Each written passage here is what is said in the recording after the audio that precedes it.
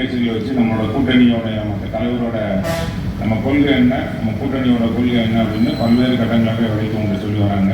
இப்போ வந்து தேர்தல் கடந்த 5 ஆண்டு காலமும் தமிழ்நாட்டில் சிறப்பாக நம்ம திராவிட முன்னேற்ற தலைவர் நம்ம தளபதி அவர்கள் தலைமையில் சிறப்பாக ஆட்சி அமைந்து மிக சிறப்பாக நடைபெற்று நம்ம அடுத்த ஒரு 2.0 முன்னிட்டு நம்ம போயிட்டு கொண்டு இருக்கோம்.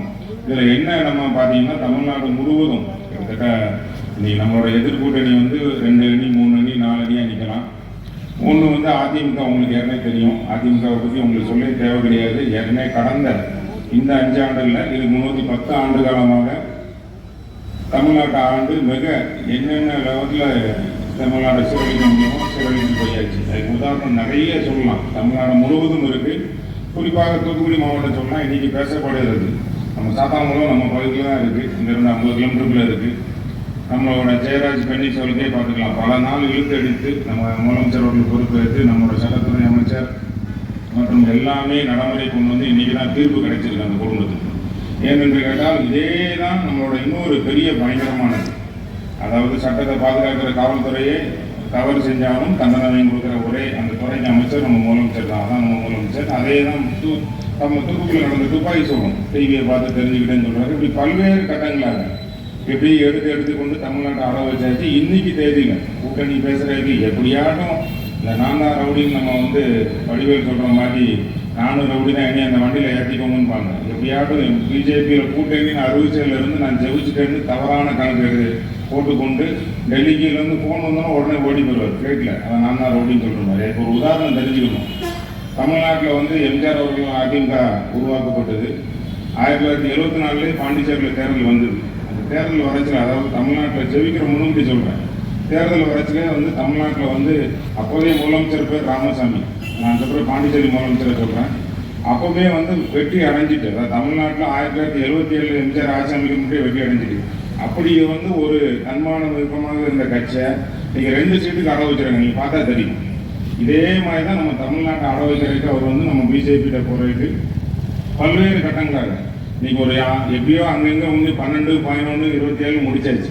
இந்த 27, 28 தோல்வி உறுதி. அப்படி வரிசையாக வச்சுக்கலாம். நீங்கள் போட்ட எங்கெங்கெல்லாம் நிற்கோ எல்லாம் டெபாசிட் உறுதி. அதுதான் இந்த கூட்டணியோட இது ஒரு 2ஆம் நம்பர் கூட்டணின்னு சொல்லியாச்சு.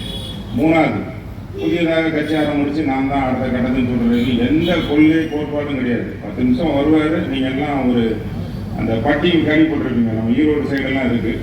அதேமாதிரி உங்களை அடைச்சி வச்சுருப்பாங்க. அது 5000 10,000 அடைச்சி வச்சுருப்பாங்க. நேராக வந்தோன்னே என்ன உண்டோ யாரை நம்ம முதலமைச்சரோ யாரை தவறாக பேசணுமோ படுத்துட்டு போயிடுவாங்க. அதுக்கப்புறம் அடுத்தது நம்மளோட நாம் தமிழர் நம்ம சீமானவர்களோட கட்சி இருக்குது. இது புதுசாக இப்போ நம்ம வந்து பாமக எல்லாம் எத்தனை அணிகள் இருந்தாலும் நம்ம அணியில போட்டி போட முடியாது. ஏன்னா எப்படி இன்னும் ஒரு 25 வருஷம் வந்து தமிழ்நாட்டில் திராவிட முன்னேற்ற கழக ஆட்சி தான் அமையும் என்று நம்ம முதலமைச்சர் சொன்னாரோ அதை நோக்கி நம்ம போய்ட்டு அதுக்கு நம்ம என்ன செய்யணும் அப்படின்னு கேட்டால் கடந்த கிட்டத்தட்ட இன்னைக்கு 23, அடுத்த மாதம் 23 தேர்தல் 30 நாள் தான் இருக்குது சராசரி. இந்த 30 நாளில் நம்மளோட பணி மிக சிறப்பாக நடைபெறணும். அது கூட்டணி கட்சி ஒரு ஓட்டாக இருந்தாலும் சரி. நம்ம வந்து இப்போ 50,000, 75,000, 1 லட்சம் ஓட்டு வித்தியாசம்னு சொல்லிட்டோம். இதில் வந்து அசால்ட்டாக இருக்கக்கூடாது. எல்லா இடமும், அதாவது தமிழ்நாடு முழுவதும் கெப்பாசிட்டி போகணும். 200 நம்ம முதலமைச்சரோட நோக்கம். அதை நோக்கி சென்று கொண்டிருக்கோம். நம்ம செய்ய வேண்டிய என்ன, டெய்லி அது டீ கடையோ எந்த கடைக்கு போனாலும் நம்மளால் எத்தனை ஓட்டு உருவாக்க முடியுமோ அது போகலாம். இது உதாரணத்துக்கு வந்து தமிழ்நாட்டில் வந்து நிறைய திட்டம் இருக்குது. நீங்கள் எடுத்தோன்னே பெண்களுக்குள்ள திட்டம் எல்லாமே எதுக்கு நான் ஞாபகப்படுத்த வந்திருக்குன்னா நீங்கள் வந்து அப்போ தான் உங்களுக்கு தெரியும். தமிழ்நாட்டில் ஆட்சி அமைக்கிறதுக்கு வந்து மக்கள் விரோதமாக இருந்தோன்னா மக்கள் விரோத ஆட்சியை எப்படி அகற்றுவோமோ அந்த மக்கள் விரோதம் இருந்தோம்னா ஸ்டெர்லைட் கம்பெனியை வர்க்கி அடித்தோம். இருந்தாலும் கம்பெனி எல்லாம் போயிட்டு தொழில் போயிடும் தூத்துக்குள்ள விட்டுரும் ஒரு தவறான கருத்தை படுத்தினாங்க. அதுக்கு ஈக்குவலாக உங்களுக்கு வந்து இப்போ மடத்தூர்காரங்களாம் பயன்படுத்திட்டாங்க. இந்த ஏரியாக்காரங்களால சொல்கிறேன். அவங்க எல்லா வீடும் ஃபுல்லானது மட்டும் இல்லை, இன்ஃப்ராஸ்ட்ரக்சர் எந்த டெவலப்மெண்ட்டுமே கிடையாது. மாநகராட்சி உருவாக்குனது நம்ம திராவிட முன்னேற்ற மறைந்த முன்னாள் முதலமைச்சர், அப்போதைய நம்ம முதலமைச்சர், உள்ளாட்சித்துறை அமைச்சர், இப்போ உள்ள அமைச்சர், அப்பவும் அமைச்சர் தொடர்ந்து வந்தோம். எந்த பணியும் தெரியாமல் தொழில் விழுந்ததுனால ஏகப்படலை. அதாவது 1 லட்சம் 1.5 லட்சம் 4 வருஷத்துக்கு முன்னாடி தண்ணி வந்தால் 35 நாள் 1.5 மாதம் எடுக்கிறதுக்கு ஆள் கிடையாது. அதை பற்றியே கண்டுக்கிறது கிடையாது. இந்த பகுதியில் உள்ளவங்கலாம் காலி பண்ணி வேறு இடத்துக்கு போயாச்சு. புதுக்கோட்டைக்கு போனவங்களும் இருக்காங்க, திருநெல்வேலிக்கு குடியான போகிறோம்னு நினைக்காங்க. இன்றைக்கி அதெல்லாம் நம்ம ஆட்களெல்லாம் சந்தோஷம். தூத்துக்குடியில் இருக்கிறவங்க எல்லாம் இன்றைக்கி கோடீஸ்வரம் அப்படின்னா 1 லட்சம் 2 லட்சம் போன இடம் 15 லட்சம். இந்த உட்காந்துருக்கிற இவரெல்லாம் நம்ம மாமன்ற ஓட்டினார். அவர் ஒரு மீட்டிங் போகிறது ஏக்கர் நிலங்களில் இடம் வச்சிருக்காரு. அதனால இதுதான் நம்ம திராவிட வளர்ச்சி. எல்லாத்தையும் கோடீஸ்வரம் நம்ம ஊரில் ஆகியிருக்கோம். ஏன்னா நீங்கள் வந்து அது எல்லா மக்களுக்கும் தெரியும். அடுத்தது பார்த்தீங்கன்னா இந்த பகுதியில் இஎஸ்ஐ மருத்துவமனை 2009 கொண்டு வர முயற்சி பண்ணது அப்போதைய மன்மோகன் சிங் அவர்கள் பிரதமர். அந்த திட்டமும் அப்படி கடப்பில் போட்டு இப்போ நம்ம பாராளுமன்றத்தில் நிறைய முயற்சி பண்ணி கொண்டு வந்தாச்சு.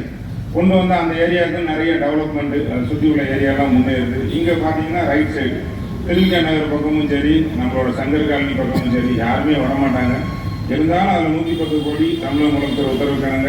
நம்ம சட்டம் அமைச்சர் அவர்கள் எல்லாம் முயற்சியில் 110 கோடி உங்களுக்கு வந்து இங்கே ஆசிரியர் வந்தாச்சு. இப்படி பல்வேறு திட்டங்கள். நான் ஏன் சொல்கிறேன்னா, கடந்த நம்மளோட மறைந்த முன்னாள் அமைச்சர் ஆட்சி செஞ்சதும் சரி, இப்போ நம்மளோட முதலமைச்சர் ஆட்சி செஞ்சது 25 வருஷம் நம்ம முதலமைச்சர் என்ன ஆட்சி செஞ்சிருப்பாரோ கலைஞர் அவர்கள் அதோட கூட செஞ்சாச்சு.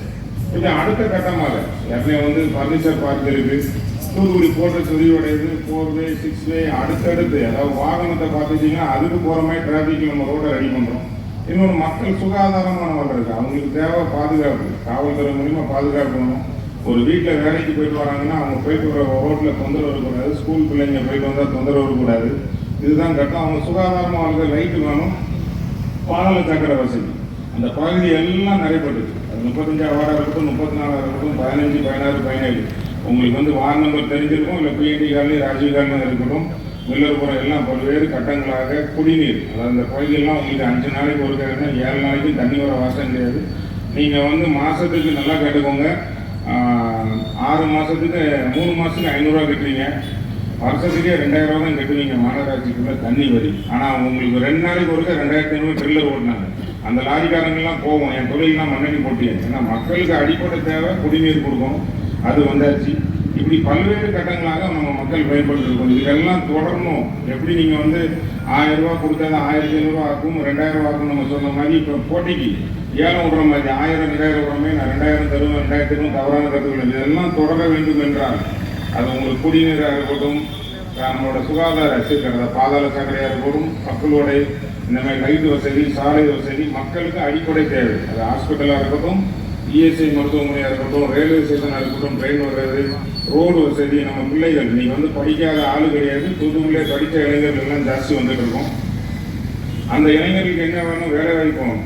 மெட்ராஸ்லேயே 10,000 10,000 வேலை பார்க்க முடியாது. அது நம்ம ஊர்லேயே கிடைக்கும் என்றால் 2.0. அதாவது இதில் வந்து நம்ம விடுபட்டது இதோட என்ன பெட்டராக இருக்கும் வருகிற ஆட்சி 2026 அமைஞ்சால் அது எப்படி இருக்குன்னு தான் நம்ம போவோம். தூத்துக்குடி எப்படி இருக்குங்கிறத நீங்களே கற்பனை பண்ணி பார்க்கலாம். நிறைய விஷயம் நாங்கள் வந்து மாநகராட்சி மூலமாக சொல்லியிருக்கேன், அதுபடி செயல்படும். அது நம்ம செய்ய வேண்டியதெல்லாம் நம்ம வந்து அமோகமான வெற்றி. உதயசூரியன் சின்னம் நிற்கி நம்ம ஏரியாவில் நம்ம உதயசூரியன் தான் நிற்கும். அப்படி பல்வேறு சின்னங்கள் இருந்தாலும் நம்ம பகுதியில் உதயசூரியன் தான் நிற்கும். இதை நீங்கள் பெருவாரின வாக்கு வித்தியாசம் வெற்றி பெற வச்சு அடிமைத்தனமாக, அதாவது தமிழன் என்று பார்த்தீங்கன்னா தமிழன் உலகம் முழுவதும் இருக்கும், தன்மானத்தோடு வளர்ந்துருக்கும், இல்லாத இடமே கிடையாது. இப்போ ஃப்ளைட் வந்துட்டு ரோடு வந்துட்டு கப்பல் வழியாக போயிடும்.